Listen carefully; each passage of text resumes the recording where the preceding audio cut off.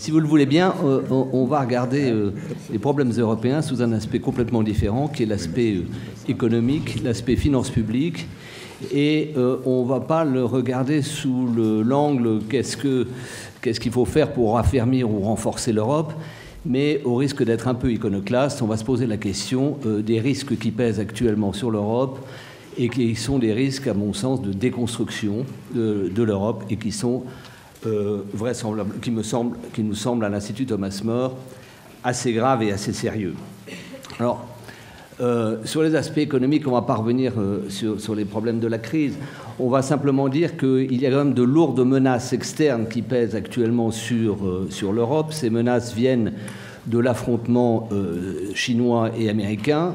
Les Américains étant dans une situation économique extrêmement difficile, avec la volonté de ne pas restreindre leurs finances publiques pour ne pas obérer le problème de chômage qui sont très importants actuellement, et donc avec une montée de leur dette qui, selon certaines prévisions du Congressional Budget Office, peut se situer aux alentours de 110% d'ici moins d'une dizaine d'années. Donc, on a les États-Unis d'un côté qui ont intérêt à faire baisser le dollar de façon extrêmement violente et qui n'ont pas beaucoup d'autres moyens que d'imprimer de la monnaie, comme ils viennent de le faire cette semaine, dans des proportions considérables. De l'autre côté, la Chine ne veut pas bouger pour réévaluer sa monnaie ou pour renforcer sa demande. Et donc, elle a intérêt aussi, comme elle ne pourra pas trop s'affronter aux États-Unis, elle va, elle, faire des pressions pour que l'euro, lui, continue à être fort. Et on l'a vu très récemment lorsqu'elle a dit qu'elle était prête à racheter de la dette grecque. En l'espace de 3 jours, l'euro a pris 10% par rapport au dollar. Donc, nous sommes confrontés à une espèce de tectonique assez forte et assez violente, qui est sous-tendue par des débats théoriques sur les moyens de sortie de crise. Vous avez deux grandes écoles. Vous avez les orthodoxes dans lesquels on va ranger les Allemands, les Anglais, le FMI et la Banque Centrale Européenne, et puis vous avez les keynésiens dans lesquels on met les Américains. Et ceci veut dire une chose, c'est que ces querelles théoriques qui deviennent petit à petit des querelles théologiques, quand les Américains disent aux Chinois arrêtez de relever votre devise, les Chinois disent remettez de l'ordre dans vos finances publiques et vous verrez, tout ira très bien. Je ne veux pas faire une incidente, mais je mettrais le FMI dans les keynésiens aujourd'hui, sans allusion politique quelconque. Enfin, ça dépend de ce que vous lisez. Mais enfin, le plan grec, il n'est quand même pas spécialement keynésien. Alors, on y reviendra après. Ouais. Donc aujourd'hui, tout ceci fait que les possibilités de coopération internationale sont quand même assez limitées. Et devant ces pressions et cette tectonique, l'Europe est quand même pas très très bien armée pour résister et faire valoir ses droits et essayer de faire en sorte que sa devise ne s'apprécie pas trop, ce qui donc va peser de façon assez lourde sur une économie européenne qui n'est pas très florissante. Donc maintenant, si on se penche sur les problèmes internes à l'Europe, alors on ne va pas revenir sur les problèmes institutionnels, mais on a deux gros problèmes. L'Europe s'est quand même construite sur un partenariat franco-allemand, et aujourd'hui, vous avez deux pays qui, d'une certaine façon, sont un peu les mauvais élèves de la classe, chacun dans son genre. L'Allemagne, et qui divergent de façon extrêmement violente en ce moment.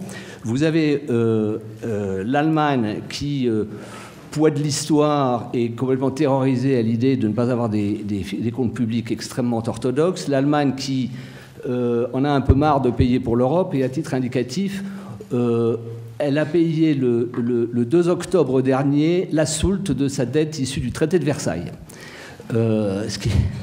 Alors, je ne sais pas si l'un interagit sur l'autre, mais je crois que l'Allemagne en a un peu assez de payer pour l'Europe. Et l'Allemagne dit, moi, je veux continuer à exporter sur l'Europe. Les Européens disent, ah oui, mais le problème, c'est qu'on n'a pas d'argent, on n'a pas d'économie pour acheter, donc vendez-nous à crédit. Et les Allemands disent, ah ben non, on ne veut plus vous faire crédit. Donc on est dans une... Les Allemands font que ce système-là ne peut pas continuer éternellement et ça fait donc peser des tensions extraordinaires sur les devises qui peuvent un jour amener à un éclatement ou à une sortie de certaines devises. La France, de son côté, est aussi un mauvais élève, si j'ose dire, parce que quand on regarde l'évolution, quand on regarde les comptes publics français et allemands, l'Allemagne, à partir des réformes Schröder, a fait des énormes efforts pour restreindre sa dépense publique et elle a réussi à la restreindre en rapporté au PIB en quelques années de 5 points. Ce qui veut dire que si l'Allemagne n'avait pas fait ses réformes Schröder, aujourd'hui elle dépenserait chaque année 117 milliards de plus que ce qu'elle ne fait actuellement. Et on est arrivé en 2007, c'est-à-dire avant la crise, on est arrivé à un écart de dépenses publiques rapportées au PIB, c'est-à-dire au chiffre d'affaires du pays, ce qu'il est capable de produire. Nous avons un écart de près de 10 points. 10 points, ça veut dire que chaque année, si nous avions le même taux de dépenses publiques que l'Allemagne, nous dépenserions 163 milliards d'euros de moins chaque année. C'est quand même pas rien. Alors, la question, c'est, peut-on raisonnablement dire que l'Allemagne rend un moins bon service à ses concitoyens que ne le fait la France? Alors, à titre incidente, Thomas More travaille sur ce point-là pour essayer de l'argumenter et démontrer que les services sont à peu près comparables. Et c'est une étude qui devrait sortir dans le courant du mois de janvier. Toujours est-il que 163 milliards, c'est 163 milliards d'impôts en plus chaque année, puisqu'on ne peut plus augmenter la dette indéfiniment. Donc aujourd'hui, quand on nous parle de rabotage de niche fiscale à 5 milliards ou de plan où on a fait 10 milliards d'économies, ou quand M. Attali nous sort encore un rapport en disant c'est 50 milliards qu'il faut faire d'économies, ou quand on nous parle d'harmoniser notre fiscalité avec la fiscalité allemande, pardonnez-moi, mais on se dit mais où sommes-nous ? Où sommes-nous? On parle d'harmoniser les recettes, mais il faut d'abord commencer à harmoniser les dépenses. Parce que ces 163 milliards, d'abord on remarque que depuis 20 ans, chaque fois que la France augmente ses dépenses publiques, la croissance baisse. Alors si on avait un PowerPoint, on pourrait le voir sur un graphique, mais c'est assez significatif. Et puis et surtout, ces 163 milliards, il faut bien les financer d'une façon ou d'une autre. Et entre autres, on les finance sur le coût du travail. C'est-à-dire que on avait fait une étude, enfin j'avais fait faire une étude en 2006, alors il faudra actualiser les chiffres, mais ça donne des idées. En 2006, quand vous vouliez en Allemagne verser à un salarié un salaire net de 100 après cotisation sociale et patronale, l'entreprise allemande déboursait 151. Et au même moment, en France, il fallait débourser 186, ce qui veut dire un surcoût du travail en France par rapport à l'Allemagne de 23%. Alors après, ne vous étonnez pas de voir l'Allemagne qui redécolle de façon extrêmement nette et vive après les réformes Schröder, parce qu'elle a amélioré sa compétitivité de façon massive. Or, et aujourd'hui, depuis ces réformes, que voit-on en France?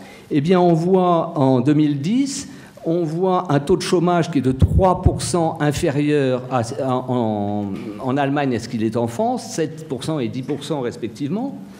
On voit surtout un déficit budgétaire qui risque de se stabiliser en 2011 en Allemagne autour de 75%, alors qu'en France, nous continuons 78, 82, 86%.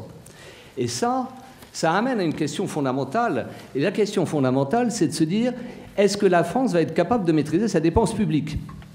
Et les marchés commencent à dire non.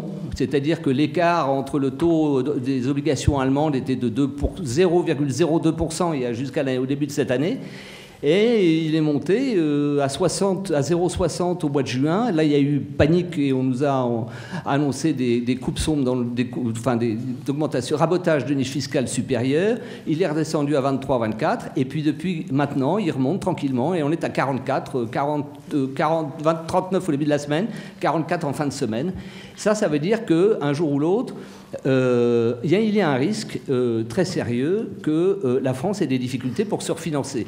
Et là, on ne sera pas comme la Grèce, on n'aura pas les Allemands ou les autres pays d'Europe qui vont mettre 550 milliards sur la table pour nous protéger.